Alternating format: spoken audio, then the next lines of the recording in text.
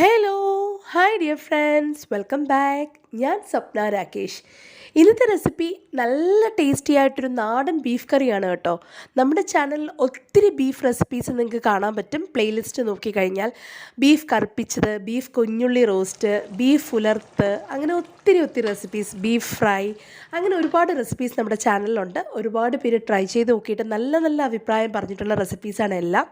അതുപോലെ തന്നെ ഇതും ഒരു അടിപൊളി ബീഫ് കറിയാണ് കേട്ടോ. നല്ല കുറുകിയ ചാറോടുള്ള ബീഫ് കറി. അപ്പോൾ നമുക്ക് പോയി നോക്കിച്ച് വരാം ഒരു അടിപൊളി ബീഫ് കറി വളരെ പെട്ടെന്ന് വളരെ ഈസി ആയിട്ട് എങ്ങനെ ഉണ്ടാക്കാമെന്ന്.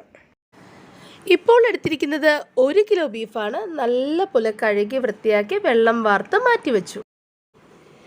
ബീഫ് എടുക്കുമ്പോൾ കുറച്ച് ഫാറ്റും എല്ലൊക്കെയുള്ള ബീഫ് എടുത്താൽ നന്നായിരിക്കും കേട്ടോ. എനിക്കിവിടെ ഫാറ്റ് കുറച്ചുണ്ട്, പക്ഷേ എല്ല് കിട്ടിയിട്ടുണ്ടായിരുന്നില്ല. അതിലോട്ട് ഞാൻ ആഡ് ചെയ്ത് കൊടുക്കുന്നത് ഒരു 1/2 ടീസ്പൂൺ മഞ്ഞൾപ്പൊടിയാണ്. എന്നിട്ട് 2 ടീസ്പൂൺ വിനീഗറും 1 ടീസ്പൂൺ കുരുമുളക് പൊടിയും കൂടെ ചേർത്ത് കൊടുത്തിട്ടുണ്ട്. ഇനി ഇതിലോട്ട് ആഡ് ചെയ്ത് കൊടുക്കുന്നത് ആവശ്യത്തിന് കുറച്ച് ഉപ്പും അതുപോലെ ഒരു കൈ നിറച്ച് ചെറിയുള്ളിയാണ്. ഒരു 20 പീസോളം ചെറിയുള്ളി എടുത്തിട്ടുണ്ടായിരുന്നു. പിന്നെ 2 ടീസ്പൂൺ ഇഞ്ചി വെളുത്തുള്ളി ചതച്ചതാണ് ആഡ് ചെയ്ത് കൊടുത്തിരിക്കുന്നത്. ഇനി അതോടൊപ്പം തന്നെ ഒരു 2 ടീസ്പൂൺ വെളിച്ചെണ്ണയും കൂടെ ഞാൻ ആഡ് ചെയ്ത് കൊടുക്കുന്നുണ്ട്. ഇനി ഇത് നല്ലതുപോലെ ഒന്ന് തിരുമി യോജിപ്പിക്കുകയാണ്. കൈ ഉപയോഗിച്ച് തന്നെ നല്ലപോലെ ഒന്ന് തിരുമി യോജിപ്പിക്കുകയാണ്. ചെറിയുള്ളിയും മഞ്ഞൾപ്പൊടിയും കുരുമുളക് പൊടിയും ഉപ്പും എല്ലാം നല്ലപോലെ പിടിച്ച് റെഡിയായി 1 മണിക്കൂർ ഞാനിത് ഫ്രിഡ്ജിലോട്ട് മാറ്റി വയ്ക്കുകയാണ്. 1 മണിക്കൂറിന് ശേഷം നമ്മൾ നന്നായിട്ട് മാരിനേറ്റ് ചെയ്ത് വെച്ചിരിക്കുന്ന ബീഫൊക്കെ നമുക്കൊന്ന് വേവിച്ചെടുക്കണം. അതിന് വേണ്ടിയിട്ട് ഗ്യാസ് സ്റ്റൗവിലോട്ട് ഞാൻ കുക്കർ വെച്ച് കൊടുത്തിട്ടുണ്ട്. ഇപ്പോൾ കുക്കർ കത്തിച്ചിട്ടില്ല. എന്നിട്ട് ബീഫ് പീസസ് എല്ലാം ആഡ് ചെയ്ത് കൊടുത്തു. എന്നിട്ട് ആ പാത്രത്തിൽ കുറച്ച് വെള്ളവും കൂടെ ചേർത്തിട്ട് ഒരു 1/2 കപ്പ് വെള്ളവും കൂടെ ചേർത്തിട്ട് ആ വെള്ളവും കൂടെ ഞാൻ ഈ ബീഫിനോടൊത്ത് ആഡ് ചെയ്ത് കൊടുത്തു. എന്നിട്ട് നല്ലപോലെ ഒന്ന് മിക്സ് ചെയ്ത് കൊടുക്കുകയാണ്.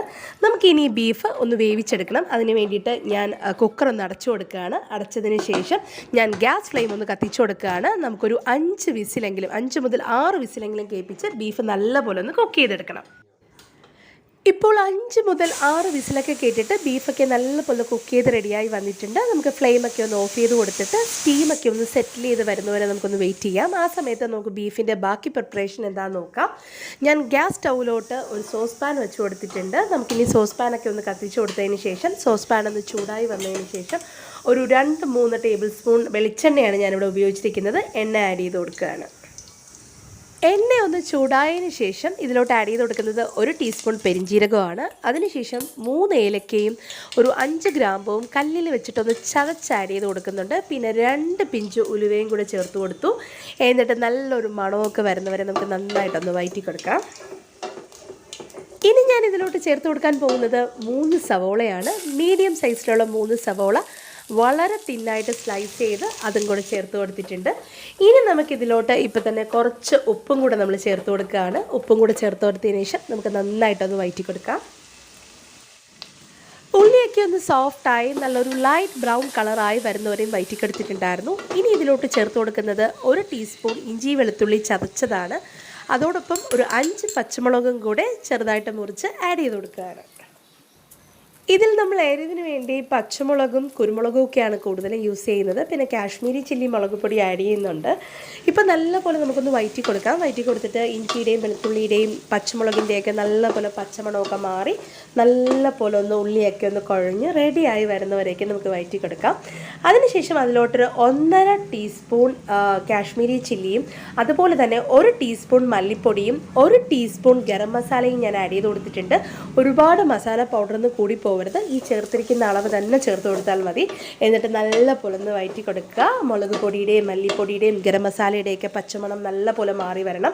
എന്നിട്ട് നല്ല പോലെ ഒന്ന് വഴറ്റി കൊടുക്കുകയാണ്. അതിനുശേഷം ഞാൻ പിന്നെ ആഡ് ചെയ്ത് കൊടുക്കുന്നത് ഒരു 3 ടൊമാറ്റോ ആണ്. വളരെ ചെറിയ ടൊമാറ്റോസാണ് എൻ്റെ കയ്യിൽ ഉണ്ടായിരുന്നത്. വലിയ ടൊമാറ്റോ ആണെങ്കിൽ 1 ടൊമാറ്റോ 1.5 ടൊമാറ്റോ ആഡ് ചെയ്താൽ മതി. എന്നിട്ട് ടൊമാറ്റോയൊക്കെ ഒന്ന് സോഫ്റ്റായി വരുന്നവരേക്കും നല്ല പോലെ ഒന്ന് വഴറ്റി കൊടുക്കുകയാണ്. ഈ സമയം ബീഫൊക്കെ നല്ലപോലെ ഒന്ന് കുക്ക് ചെയ്ത് റെഡിയായി വന്നിട്ടുണ്ട്. നമ്മൾ കുക്കറിൻ്റെ സ്റ്റീമൊക്കെ ഒന്ന് സെറ്റിലായി വന്നു. ഞാൻ കുക്കർ തുറന്ന് നോക്കിയിട്ടുണ്ടായിരുന്നു. ബീഫൊക്കെ പെർഫെക്റ്റ് ആയിട്ട് തന്നെ കുക്കായിട്ടുണ്ട്. നമുക്കിനി നമ്മൾ ഉണ്ടാക്കി വെച്ചിരിക്കുന്ന മസാലയിലോട്ട് നമുക്ക് ബീഫ് ചേർത്ത് കൊടുക്കാം.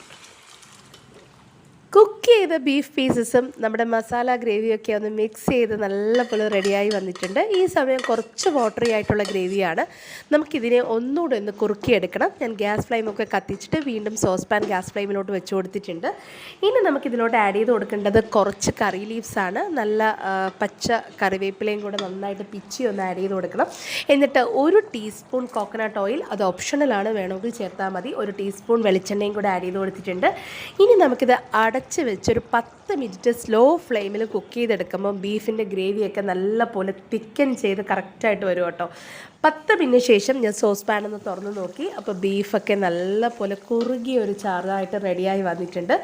ഇതിലോട്ട് ഞാൻ ആഡ് ചെയ്ത് കൊടുക്കുന്ന തേങ്ങയുടെ പീസസാണ്. തേങ്ങാക്കൊത്ത്, നെയ്യിൽ വറുത്ത തേങ്ങാക്കൊത്ത് എപ്പോഴും ഞാൻ ഫ്രിഡ്ജിൽ കീപ്പ് ചെയ്യാറുണ്ട്. അപ്പോൾ അതിൽ നിന്ന് കുറച്ച് ഞാൻ ഇതിലോട്ട് ഇപ്പോൾ ആഡ് ചെയ്ത് കൊടുത്തിട്ടുണ്ട്. അപ്പോൾ ഒരു അടിപൊളി ബീഫ് കറിയാണ്. ഞാനിത് സെർവ് ചെയ്തിരുന്നത് നമ്മുടെ നെച്ചോറിനോടൊത്താണ്. ചപ്പാത്തിയോ നെച്ചോറോ നമ്മുടെ ചോറോ എന്തിനോടൊത്തും കഴിക്കാൻ പറ്റുന്നൊരു അടിപൊളി ബീഫ് കറിയാണ്. അപ്പോൾ എല്ലാവരും ഈ റെസിപ്പി ഒന്ന് ട്രൈ ചെയ്ത് നോക്കൂ. എന്നിട്ട് നിങ്ങളുടെ ഫീഡ്ബാക്കൊക്കെ പറയൂ കേട്ടോ. അപ്പോൾ ഒരു പുതിയ റെസിപ്പിയായിട്ട് ഉടൻ തന്നെ തിരിച്ചു വരുന്നതായിരിക്കും. അതുവരെയ്ക്കും താങ്ക് യു, ബൈ.